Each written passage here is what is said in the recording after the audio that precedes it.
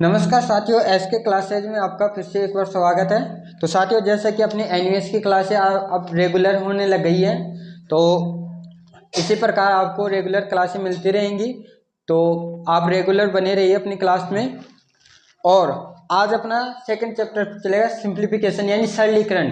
Math में महत्वपूर्ण topic है सरलीकरण, यानी अपने पास में कोई भी क्वेश्चन आ गई, बढ़िया आ गई, तो उसको शॉर्ट रूप में सिंपल करना। यहाँ पे देखो सिंप्लीफिकेशन यानी सरलीकरण। इसमें एक मेन रूल होता है जिसके द्वारा अपन किसी भी को भी सरल कर सकते हैं। उसको क्या बोलते हैं? बोर्ड मास। क्या बोलते हैं? बोर्ड मास। यदि बोर्ड मास का नियम आपको आता है तो आप किसी भी क्वेश्चन में, जैसे मान लो आपके 2+6+ डिवाइड कुछ भी दे रखा है, तो उसको कर सकते हैं। वो उसका नियम होता है कि किस प्रकार से हल करना है। ठीक है, तो यहाँ पे अब सबसे पहले किस चीज को समझेंगे? बोर्ड मास को। किसको समझेंगे? बोर्ड मास। बोर्ड मास क्या होता है? ठीक है, तो यहाँ पे देखो बोर्ड मास का रूल क्या बोलते हैं।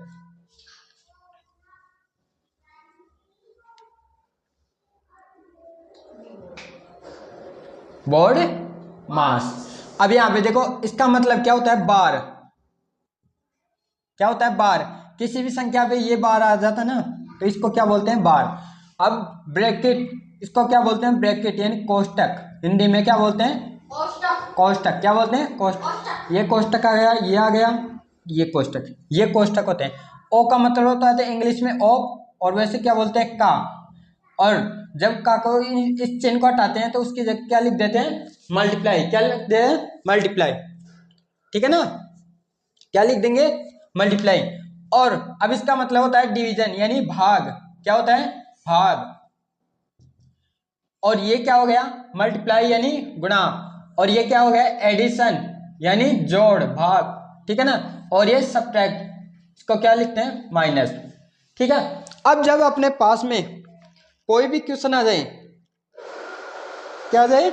कोई भी क्वेश्चन आ जाए और उसको अपने को क्या करना है? सिंपल करना है। ठीक है, तो उसमें यदि बार आ रहा है तो सबसे पहले किसको हल करेंगे? बार को।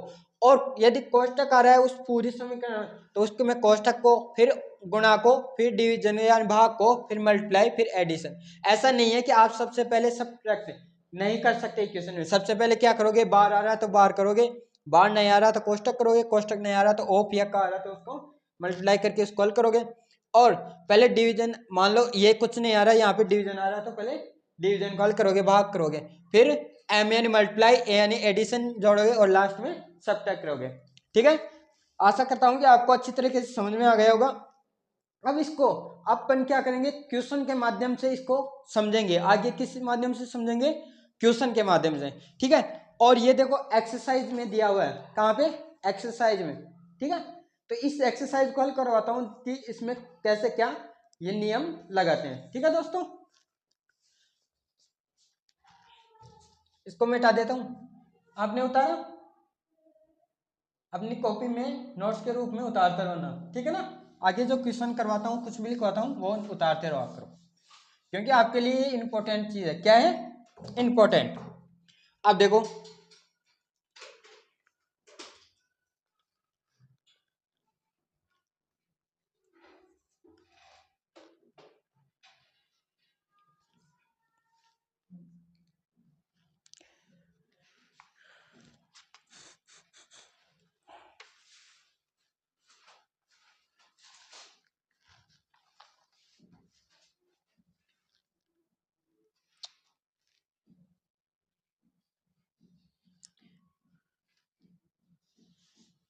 अब देखो एक क्वेश्चन है अपने पास में,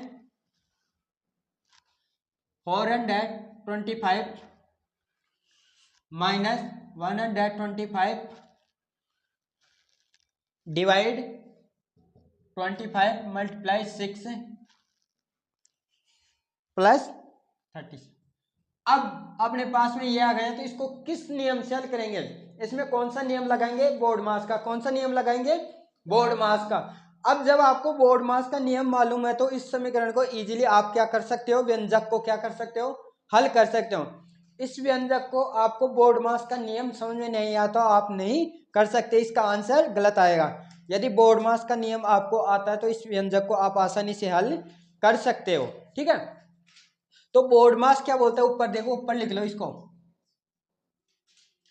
वी बोर्ड मास। ये तो आ गया बार, क्या आ गया बार, ये आ गया ब्रैकेट और ये आ गया ओप। अब इसमें देखो बार आ रहा है कि कहीं पे नहीं आ रहा, कोष्टक आ रहा है नहीं आ रहा, ओप आ रहा है क्या आ रहा है नहीं आ रहा, डिवाइड आ रहा है। तो इसको करेंगे पहले, क्या करेंगे, इसको हल करेंगे, इसको इस बाकी को ऐसे कैसे लिख दूं, 125 में किसका आवाज दे देंगे 25, फिर गुणा प्लस, अब यहाँ पे 25 बन जाओ 125, सही है ना, यह हल हो गया 25 माइनस 5 गुना 6 प्लस 37। ठीक है, अब देखो इसमें क्या आ रहा है, इसको प्लस करोगे या पहले मल्टीप्लाई करोगे या सब्ट्रैक्ट करोगे, मल्टीप्लाई, क्या आ रहा है मल्टीप्लाई, 425 माइनस 6 प्लस 37। अब देखो अब ये प्लस का है ये प्लस का, इन दोनों को क्या करेंगे पहले जोड़ेंगे, क्या करेंगे जोड़ेंगे और फिर उसके बाद में सब्ट्रैक्ट करेंगे। तो यहाँ पे देखो 7 और 5 कितना हो गया 12 और 1, सही है ना, 3 और 1 4, 4 2 6 और 4, ये सही है क्या, सही है या गलत है, सही आंसर है या गलत है बताओ, सही है।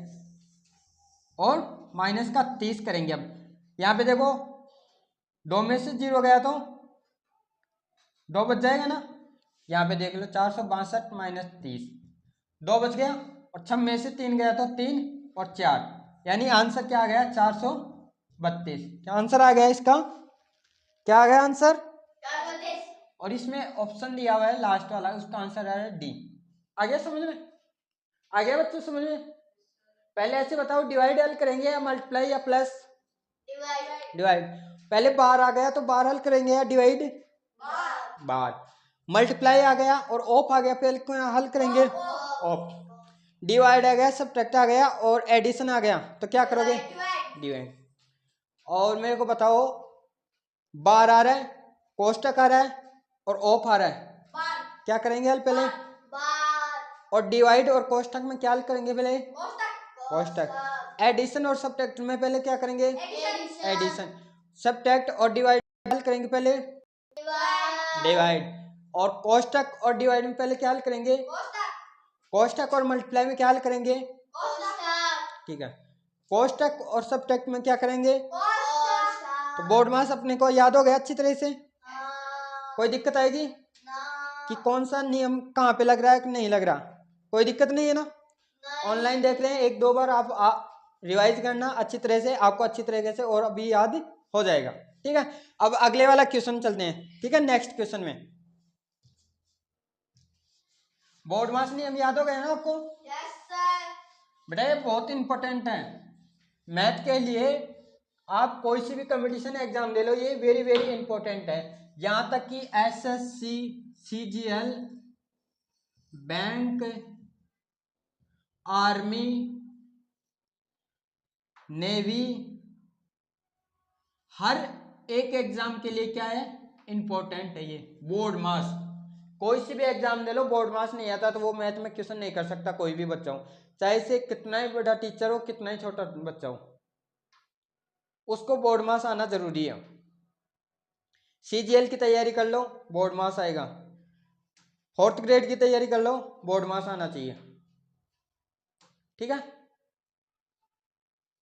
बोर्ड मास हर एग्जाम में आता है, छोटी से लेके बड़ी एग्जाम, सीटी के एग्जाम दे रहे हो इक्वेशन आ गई, व्यंजक आ गया, उसको हल करो, बोर्ड मास नहीं आता आप उसको नहीं कर सकते।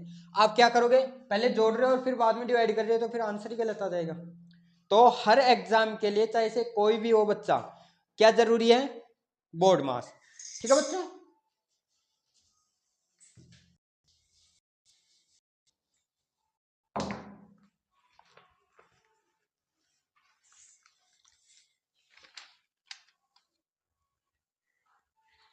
अब मान लो आपको फ्रैक्शन में दे दें, यहाँ पे देखो ये रहा 58 multiply 12 divide 3 plus x equal to, अपने पास में ये आ गया। अब इसमें क्या ज्ञात करना है, x का मान। तो ऐसे बताओ, पहले गुणा करोगे या डिवाइड करोगे या इक्वल हल करोगे? डिवाइड। तो ये है ना, इसको हल करेंगे पहले, किसको? इसको। 12/3 प्लस x गुणा 48, सही है, बराबर। अब 3 चौक 12, 48 गुना 4 प्लस x बराबर 265। अब यहाँ पे क्या करेंगे, मल्टीप्लाई या प्लस? पहले मल्टीप्लाई। 8 चौक 32, 3 4 चौक 16, 16 3 19, सही है ना, प्लस x बराबर 265। अब ये बताओ, इधर प्लस का तो इधर जाएगा तो किसका हो जाएगा? माइनस का। यदि गुणा में है तो डिवाइड में चला जाएगा, डिवाइड में है तो गुणा में, प्लस है तो माइनस हो जाएगा, माइनस है तो प्लस। x बराबर 265 माइनस 192। अब देखो, 5 में से 2 गया तो 3, यहाँ पे 6 है और यहाँ पे 9, नहीं जा रहा ना, नहीं कट रहे। तो यहाँ पे देखो 16 हो जाएगा ना, एक के ले लेगा। 16 में से 9 गए तो कितना बचा? 7। एक में से 1 गया तो 0, यानी x का मान कितना आएगा? कितना आएगा बच्चों? 73। कितना? 70। आगे समझे? आ गया क्या? दोनों को मिटा दूं? बेटा साथ में उतारते रहो।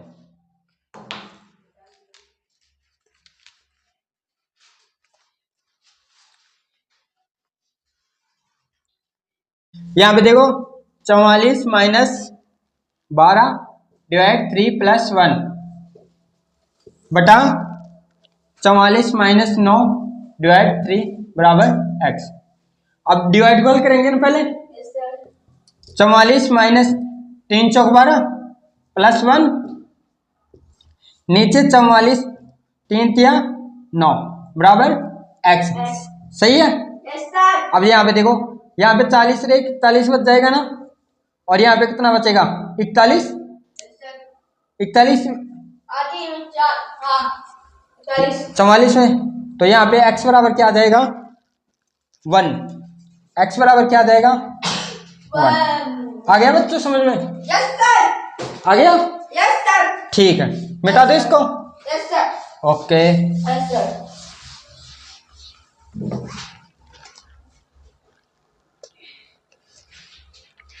यहाँ पे देखो, एक क्वेश्चन और बताता हूँ आपको। 9 प्लस 9 प्लस 9 बटा 9 बटा 9 प्लस 9 प्लस 9, ये किसका चिन्ह होता है बेटा? डिवाइड का होता है ना? यस सर, डिवाइड का। ये इसके। अब यहाँ पे देखो, इन दोनों पहले इसको हल करोगे ना, डिवाइड है नहीं है? हाँ। तो यहाँ पे 9 प्लस 9, 9 को 9 को भाग देंगे तो 1 आ जाएगा, सही है ना? हाँ। भाई पहले डिवाइड ही तो करते ना। हाँ। इसको ऐसे लिख देता तो वही बात थी, इसको ऐसे लिख दिया तो यही बात है, दोनों सेम है ना। अब देखो, अब यहाँ पे देखो, पहले कोष्टक कॉल करेंगे ना, फिर डिवाइड को। तो कोष्टक कॉल करेंगे तो यहाँ पे कितना आ जाएगा? 27 बटा 9 बराबर x। अब यहाँ पे देखो, 9 दूनी 18 1 19, सही है या गलत है?